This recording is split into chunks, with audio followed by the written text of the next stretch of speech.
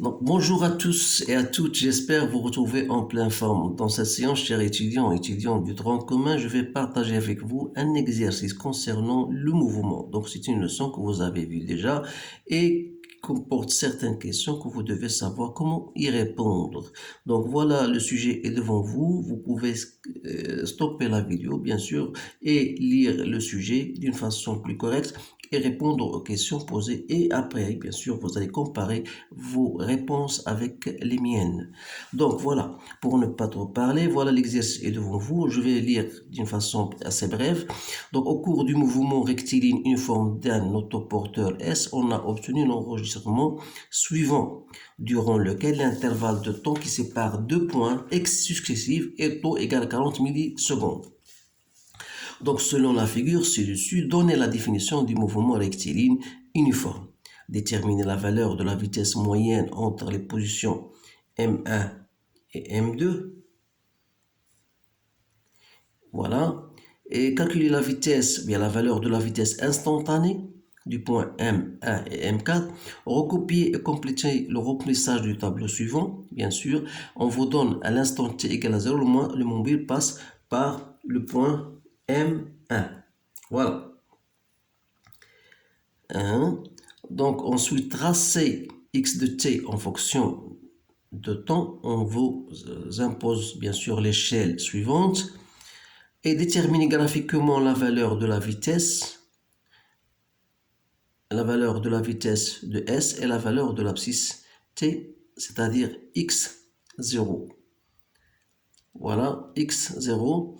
Et enfin, en déduire l'équation horaire du mouvement, déterminer l'abscisse S à l'instant t égale à 0,0 secondes. Donc, vous remarquez bien sûr que ce sont des questions très intéressantes. Donc, vous devrez bien sûr savoir comment y répondre. Alors, en ce qui concerne la question 1, c'est une question de cours. Donc, la définition d'un mouvement rectiligne uniforme. Donc, première des choses, il faut avoir une trajectoire rectiligne. Et qui dit trajectoire rectiligne, ça veut dire une droite qui passe par les différentes positions. Et uniforme, c'est-à-dire que la vitesse est constante. D'après notre énoncé, vous savez bien sûr, au cours d'un mouvement rectiligne uniforme, bien sûr, le document vous montre, d'après cet enregistrement, qu'il y a une droite qui passe par tous les points. Donc, c'est bien un mouvement rectiligne uniforme. Deuxième chose qui est importante, c'est que les distances parcourues pendant des intervalles de temps égaux bien sûr, sont identiques. Donc, on voit que bien sûr que ces distances-là sont bien identiques pendant des intervalles de temps égaux. Voilà. Donc, je vais écrire la définition du mouvement rectiligne uniforme. Voilà.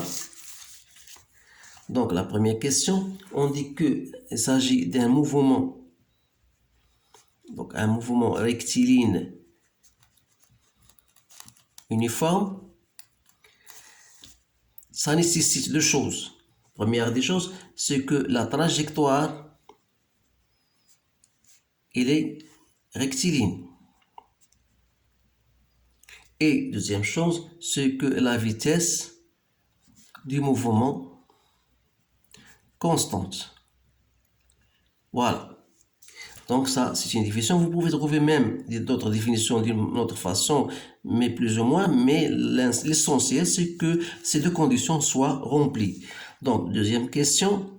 Déterminer la valeur de la vitesse moyenne entre les deux positions M1 et M5. Donc, vous allez écrire M1 et M5 sur le temps. Alors, entre M1 et M5, donc voilà, vous avez 1, 2, 3, 4. Donc, il y a 4 taux.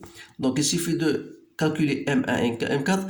Si je vois ça, c'est 1 cm, 2 cm. Donc, ici, 4 cm, 6, donc 8 cm. Donc, je répète, pendant M1, M5. Donc, si je prends ça, c'est comme étant 1 cm, 2 cm, 3, 4, 5, 6, 7, 8 cm. Donc, voilà, 8.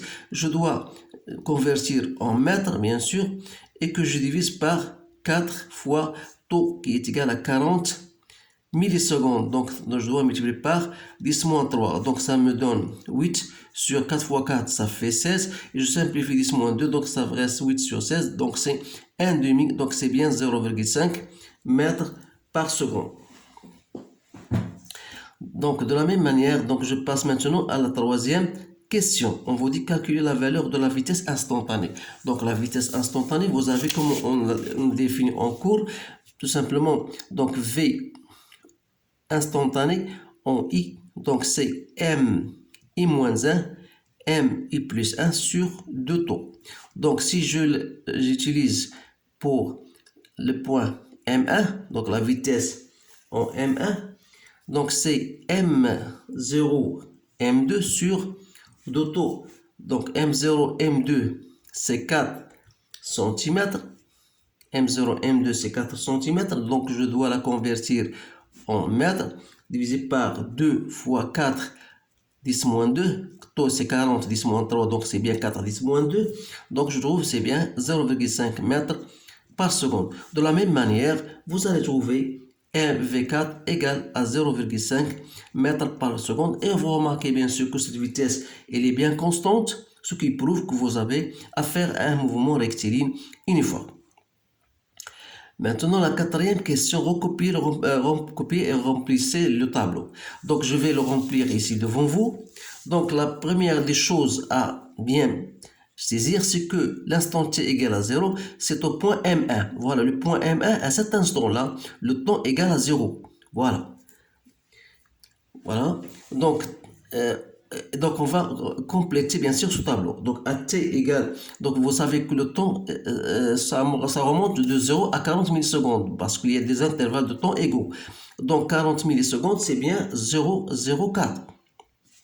Donc ici on aura 0,08. 0,12. Je monte avec 0,04. Donc 0,16 parce qu'en secondes. Donc ici sera un temps négatif si vous voulez le faire. Mais normalement, il n'y a pas un temps négatif. Mais c'est pour vous montrer qu'on peut ici moins 0,04. Voilà. Donc à x, à t égale à 0. Donc à quel instant le mobile. Donc ici, vous devez voir votre document. On va prendre, voilà, le vecteur unitaire, il est pris au point M2. C'est-à-dire que M2 est prise comme origine des espaces. C'est-à-dire à l'instant M2, x égale à quoi? Égale à 0 au point M2. Donc puisque la distance de M0 à M2 est une distance de 2 cm, donc c'est-à-dire 0,02, donc on aura toujours, on ajoute 0,02, donc ici 0,04, 0,06.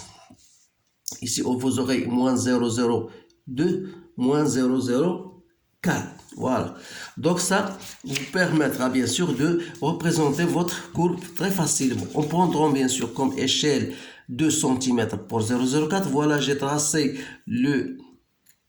en fonction x, en fonction du temps. Donc j'ai pris ici 2 cm comme on l'a dit, et 2 cm pour, pour x bien sûr.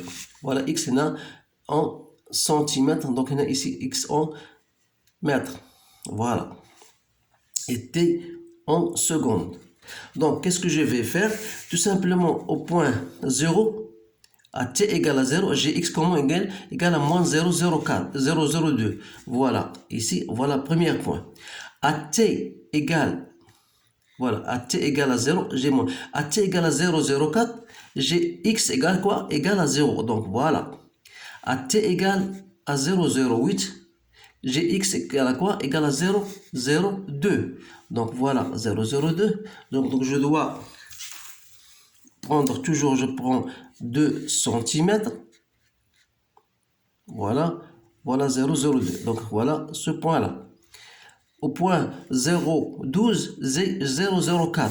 Donc 0,04, donc 2 cm plus 2 cm, ça fait 4, ça me donne 4 cm. Donc voilà votre point. Ici, en 0,016, vous avez 0,006, c'est-à-dire 6 cm. Donc voilà votre point ici. Donc il suffit maintenant de tracer votre droite, bien sûr. Donc voilà.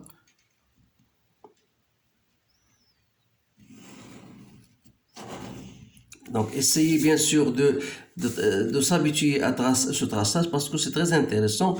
Donc, la plupart des étudiants ne savent même pas comment tracer une droite affine. Donc, voilà, on a bien tracé notre droite. Déterminer graphiquement la vitesse de S. Donc, vous savez bien sûr que, puisqu'il s'agit ici d'une droite d'une fonction affine qui ne passe pas par l'origine. Donc l'équation de cette droite, vous la savez tous d'après les études que vous avez fait l'année dernière et même cette année. Donc x de t, ça va s'écrire donc v de t plus x0. Avec x0, c'est l'origine, c'est-à-dire l'ordonnée à l'instant t égale à 0. Donc voilà, x0, je peux le déterminer à partir de notre graphe. Donc c'est l'origine à l'instant, c'est l'ordonnée à l'instant t égale à 0. Donc à t égale à 0, on a x0 égale à moins 0,02. Donc voilà, moins 0,02 mètres.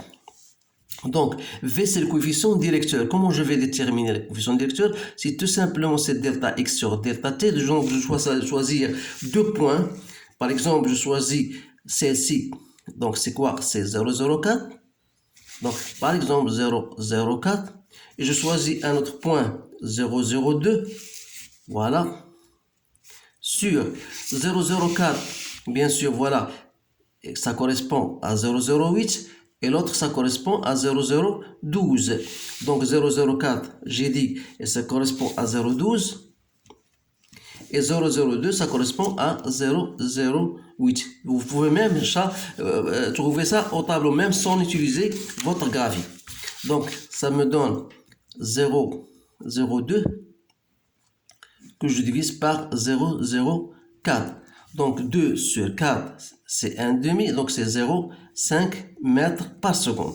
Et par conséquent, donc x de t, ça devient, c'est 0,5 fois t, plus x0 qui est égal à moins 0,02. Voilà votre équation horaire, bien sûr. Donc, on a déterminé la vitesse et on a déterminé x0. On déduire l'équation horaire. Donc, j'ai répondu à la question 5. Voilà votre équation horaire. Maintenant, la dernière question. Déterminer l'abscisse à t égale à 0, à t égale à 0,2 secondes. Donc, bien sûr, il suffit de remplacer donc votre équation horaire. Donc, x à t dans ce cas, il sera égal à 0,5 que je multiplie par 0,2 moins 0,02. Donc, effectuez votre calcul. Je trouve égal à 0,08 mètres, soit disons 8 cm. Voilà x de t, bien sûr, à cet instant-là.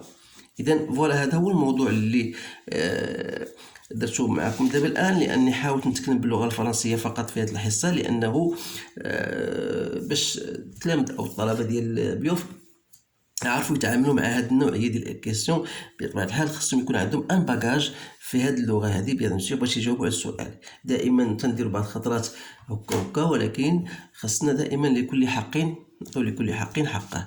اذا اشكركم على انتباهكم. حاولوا تبارطاجوا الله يجزيكم بخير هذا لا فيديو على اوسع نطاق حتى تعم الفائده ان شاء الله. اذا اشكركم على انتباهكم واستودعكم الله والسلام عليكم ورحمه الله تعالى وبركاته.